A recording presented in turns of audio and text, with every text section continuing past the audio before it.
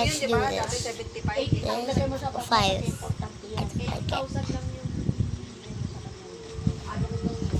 And burger. 6.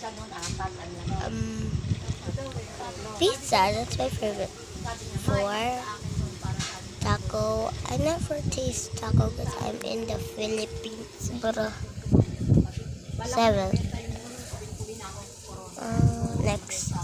Sushi, oh my gosh. 1. Next. Sandwich. 2. That's my favorite.